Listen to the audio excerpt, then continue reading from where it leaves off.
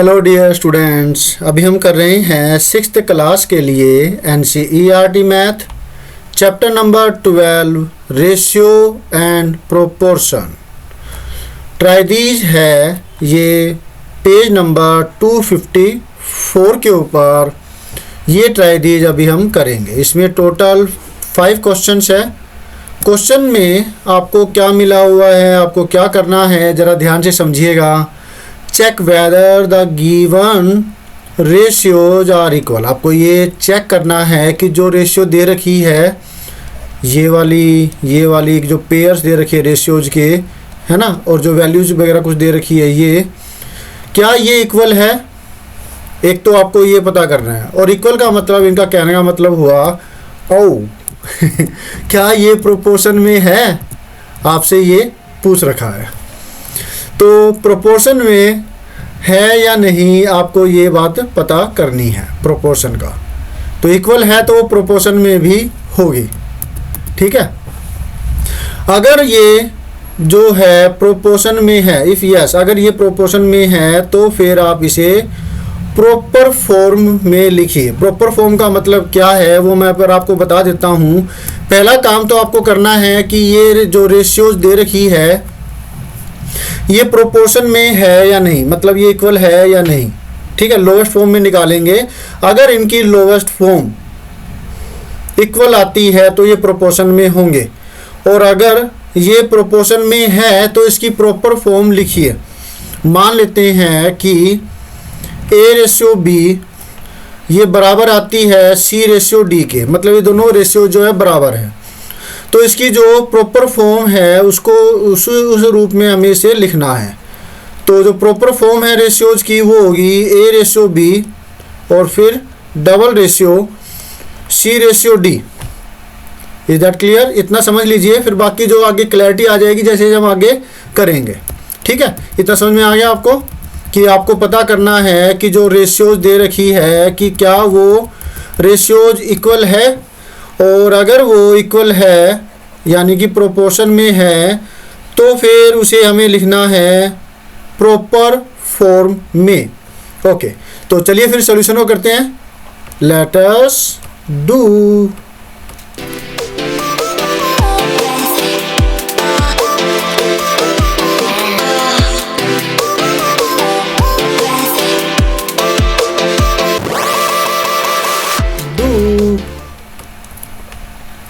तो 1:5 एक मिली हुई है, तो इसको हम न्यूमरेटर डेनोमिनेटर के रूप में लिखेंगे 1/5। मतलब जो रेशियो के लेफ्ट हैंड साइड में है उसे हमें लिखना है न्यूमरेटर के अंदर, और जो रेशियो के राइट हैंड साइड में है उसे हम लिखेंगे डेनोमिनेटर के अंदर, ठीक है।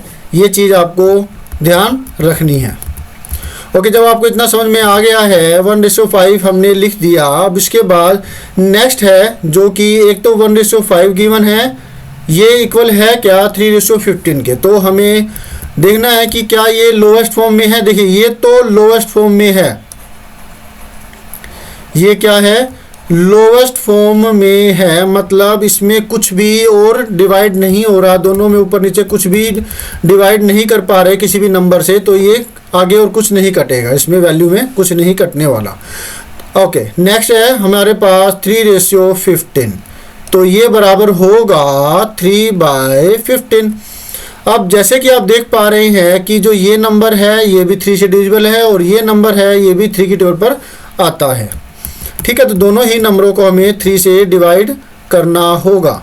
तो मैं ऊपर और नीचे 3 से डिवाइड कर देता हूँ। आपको कोई ज़रूरी नहीं है कि ऐसे लिखना है, समझाने के लिए मैंने ऐसे लिख दिया। आप चाहें तो डायरेक्ट काट दीजिए, 3 1 जा 3, 3 5 जा 15, दैट्स इट। लेकिन अगर मैंने समझाने के लिए ऐसे लिखा है तो बस आप क्या है, इससे आपको मिल जाएगा 1 और इससे आपको मिलेगा 5। क्लियर है? ओके, तो इतना क्लियर हो चुका है कि दोनों की फॉर्म जो है 1/5 आ रही है। इधर इसकी भी 1/5 है और इसकी भी वैल्यू 1/5 है, दोनों ही 1/5 आ रखी है। इसका मतलब है कि ये दोनों रेशियोज इक्वल है। ये क्या है, दोनों की दोनों रेशियोज इक्वल है। ओके, ओके, इतना हो गया। तो इसके बाद हमें लिखना है बिकॉज 1:5 इक्वल टू 3:15। ठीक है, दोनों बराबर आ रही है, दोनों की लोएस्ट फॉर्म बराबर आ रही है। तो हम लिख सकते हैं अब दे आर, मतलब रेशियोज, गिवन रेशियोज लिख सकते हो दे की बजाय आप, कि given ratios are in proportion. Okay, very good. तो ये सॉल्यूशन है आपका, हो गया है, कॉन्ग्रेचुलेसन, एक पार्ट हो गया। और अब बात आती है कि इसकी प्रॉपर फॉर्म हमें लिखनी है। तो प्रॉपर फॉर्म जो इसकी है वो होगी 1:5। हमें सेम टू सेम ये वाली चीज़ लिखनी है, फ़र्क करना है तो इस इक्वल के अंदर, जहाँ ये इक्वल आया है वहाँ पर हमें ये डबल रेशियो बना देनी है। ठीक है, क्लियर हुआ? गुड। तो यहाँ पर हम करेंगे डबल रेशियो और फिर जो वैल्यू है वो लिख देंगे 3:15। तो ये हुई इसकी प्रॉपर फॉर्म। होप सो आपको अच्छे से समझ में आ गया होगा। कोई दिक्कत है तो आप पूछिएगा। ठीक है, ओके, ये तो रहा सॉल्यूशन नंबर 1। और अब हम कर रहे हैं सॉल्यूशन नंबर 2। मैं यहाँ पे वैसे ये लगाने वाला था जैसे यहाँ पे लगा रखिए डबल डॉट, लेकिन फिर क्या है कन्फ्यूजन हो जाता है, तो इसलिए मैंने ये दोनों सेम हो जाएगी, ये भी रेशियो ये भी रेशियो, तो इसलिए मैंने ऐसा ना लगा करके एरो साइन लगा दिया था। ठीक है, तो सॉल्यूशन 1 और इस तरीके से। तो ऐसा ही आपको करना है कि कन्फ्यूजन नहीं होना चाहिए, टीचर को क्लियरली समझ में आना चाहिए कि आपने क्या लिखा हुआ है। तो सॉल्यूशन 2, अब मैं इसके लिए यहाँ पे ऐसे एरो से लगा सकता हूँ, लगाने को मैं ये लगा दूँ तो फिर वही रेशियो का दिक्कत आएगा ना।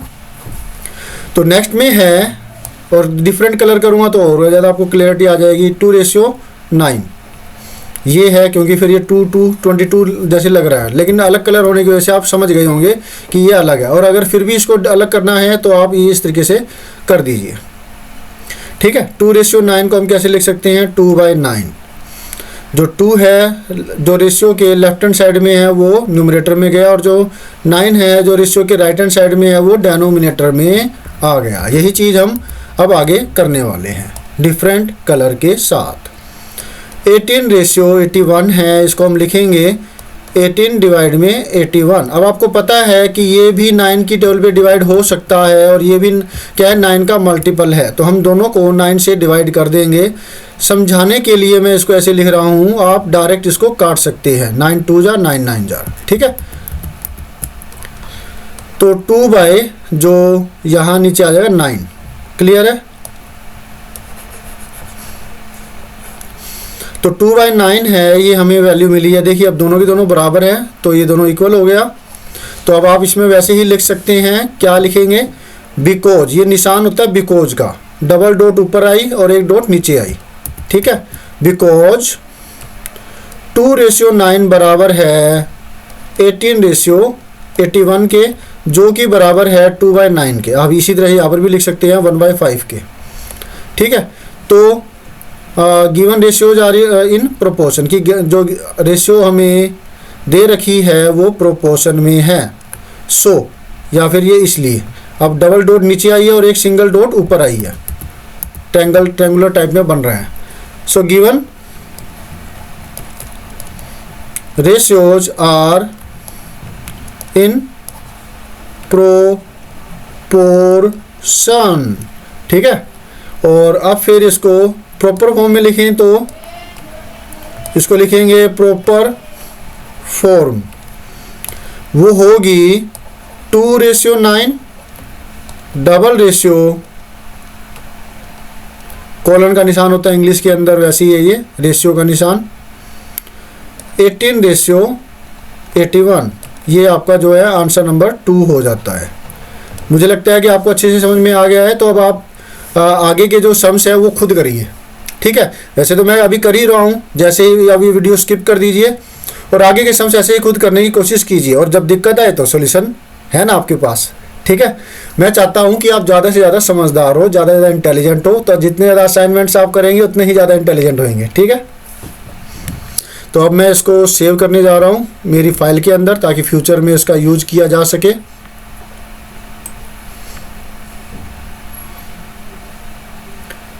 मैंने ये मेथड भी इसलिए ही बनाया है कि भाई जो है ना, पता है पहले मैं नोटबुक में कराता था तो उसमें बहुत ज़्यादा भर गई नोटबुक्स और वो फिर कोई काम भी नहीं आई। अब उसको कैसे मैं सेव करूँ स्कैन कर करके, तो मेरा तो काम बढ़ गया। अब ये सही मेथड है नहीं, अब इसको हम मिटा देते हैं क्योंकि अब जितना मुझे सेव करना था वो सेव हो गया। इसको मिटा दिया और अब आगे का जो पार्ट है वो हम करेंगे।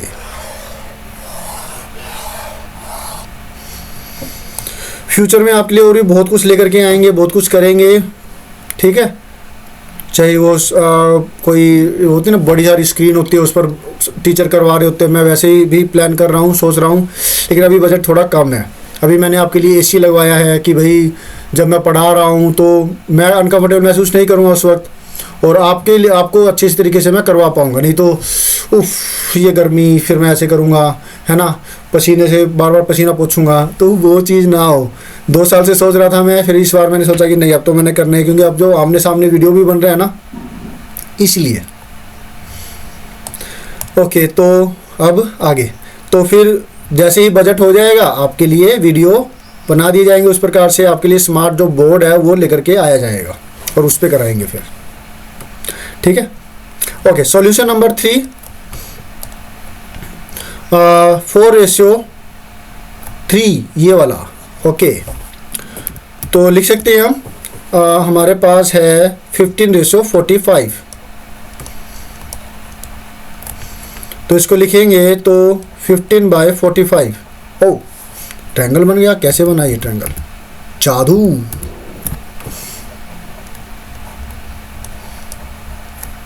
टेक्नोलॉजी दोनों ही 15 टेबल पे डिवाइड हो रहे हैं। देख रहे हो आप कि ये भी 15 से डिवाइड होता है, 15 1 जा 15 होता है, और दूसरा नंबर है वो भी 15 से डिवाइड होता है 45, 15 3 जा 45। मैं पहले ही कह चुका हूँ, आप डायरेक्ट डिवाइड कर सकते हैं, काट सकते हैं इसकी वैल्यू को, तो आपको मिलता है ऊपर 1 और नीचे मिलता है 3। ये जो है ये आएगा न्यूमरेटर में और जो ये है ये आएगा डिनोमिनेटर में, और फिर आप इसे डायरेक्ट काट सकते हैं 15 1 जा 15 3 जा, तो आपको 1/3 मिल जाता है, ठीक है। ओके, तो अब नेक्स्ट है एक तो रेशियो में 15:45 मिली थी, एक 5:25 मिली हुई है। 5:25 ये यहाँ पे लगा दिया मैंने, यहाँ नहीं लगाना, हट जाओ।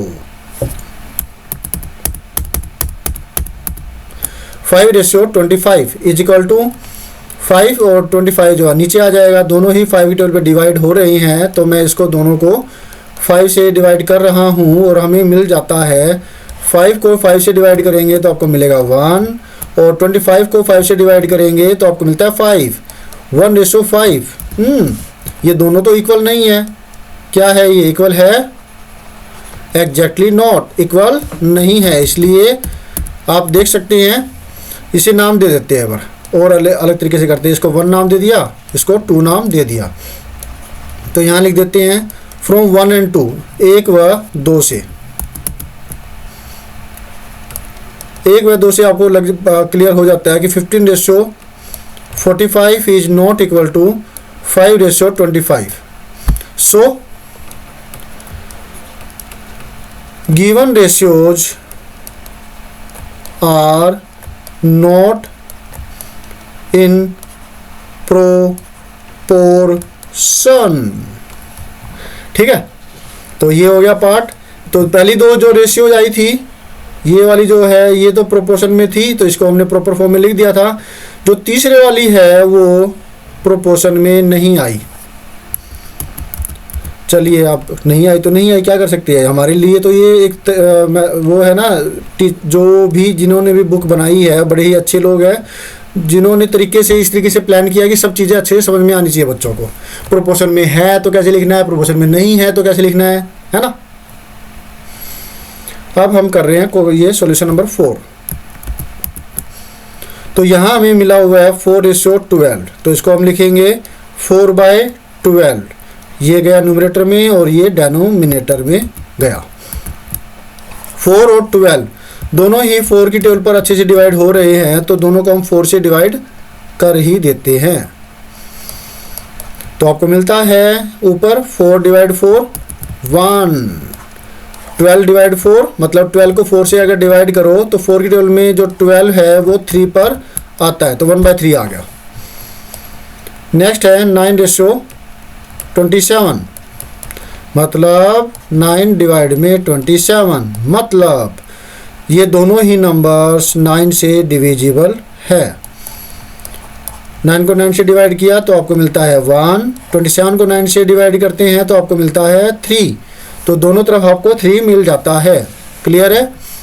तो देख रहे हो आप, दोनों के दोनों क्या है, ये इक्वल है। आप यहाँ पर भी ये चीज़ लिख सकते हैं फ्रॉम 1 and 2 इस तरीके से,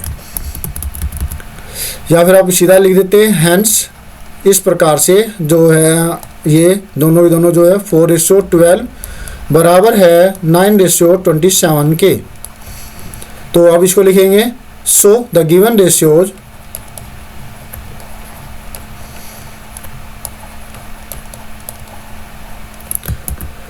TIOS ratios are in proportion।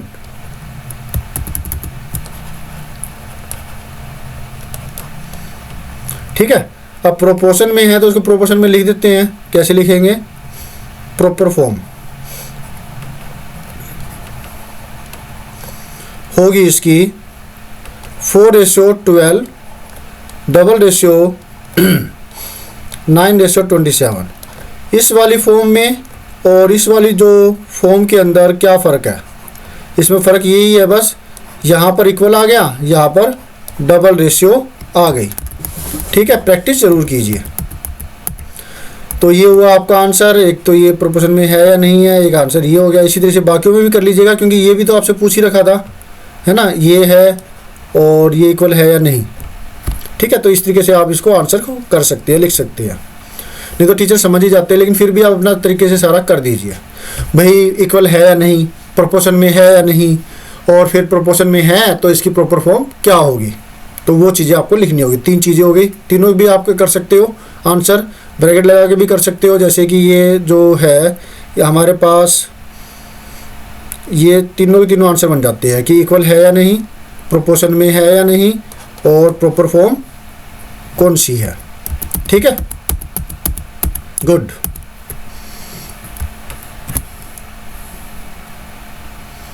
मैंने नहीं लिखी कोई बात नहीं, आप लिख देना, लिख दोगे ना।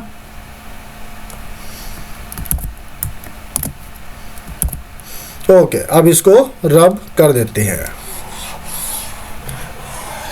प्लीज़ जाइए, हमें और काम करना है, बच्चों को समझाना है। तो जब जगह खाली होगी तभी तो हम करा पाएंगे, इसलिए आपको जाना होगा। तो मैंने वो है उनको भेज दिया है और स्क्रीनशॉट ले लिया। फ्यूचर में आपके लिए कभी कुछ प्लान किया तो आपके काम आ जाएगा वो।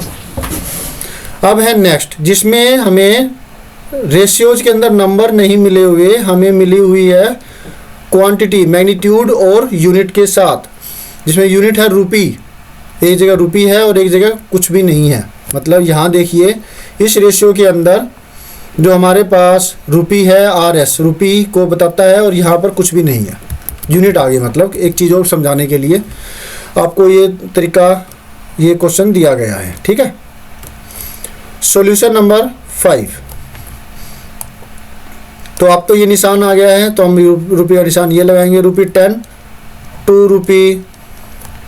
₹15, मतलब हमें फिर काट के नहीं दिखाना। ये ₹10 मतलब जैसे अभी पता लग जाएगा मैं क्या कहना चाह रहा हूँ। ऐसे नहीं कि भी रुपये को रुपये से काट देंगे, बिल्कुल भी नहीं। ऐसे यूनिट को नहीं काटना, कभी रेशियो में कर रहे हो तो बस उसको लिख दो आप, बाद में मत उसको लिखना नेक्स्ट स्टेप के अंदर। एक तो ₹10 था और एक ₹15 था।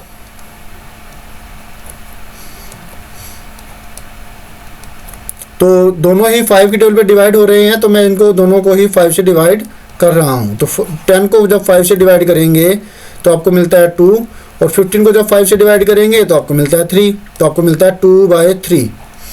ठीक है, ओके। अब नेक्स्ट है 4 to 6, वो हम लिखेंगे यहाँ पर।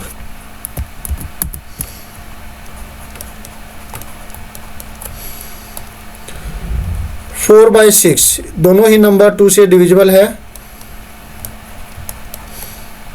तो इसको काटें तो क्या मिलता है, 4 को 2 से डिवाइड करेंगे तो आपको मिलता है 2, 6 को 2 से डिवाइड करते हैं तो आपको मिलता है 3, 2/3। तो देख रहे हो आप, दोनों के दोनों इक्वल है। ठीक है, तो इसको आप ऐसे भी लिख सकते हैं जैसे मैंने पहले बताया था, जिसमें वो प्रोपोर्शन नहीं थे तो मैंने लिखा था, इसको 1 नाम दिया, इसको 2 नाम दिया, और आप लिख सकते हैं फ्रॉम 1 and 2, 1 and 2 से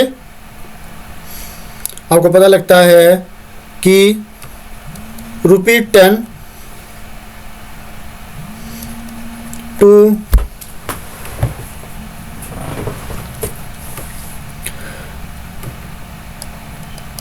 ₹15 है ना। तो इसको रेशियो में लिखना था ना हमें, तो ये दोनों वैसे बराबर है 4 to 6, तो इसको लिखेंगे हम ₹10 to ₹15, डबल रेशियोज 4:6। ठीक है, ये होगी प्रॉपर फॉर्म। और लिख देंगे बिकॉज द गिवन रेशियोज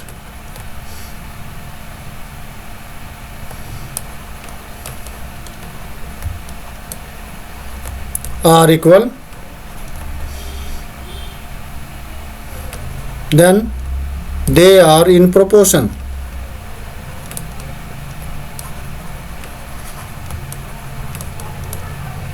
ठीक है, तो एक आंसर आपका ये हो गया, एक आंसर आप ये कह सकते हैं, और एक आंसर आपका ये वाला हो गया।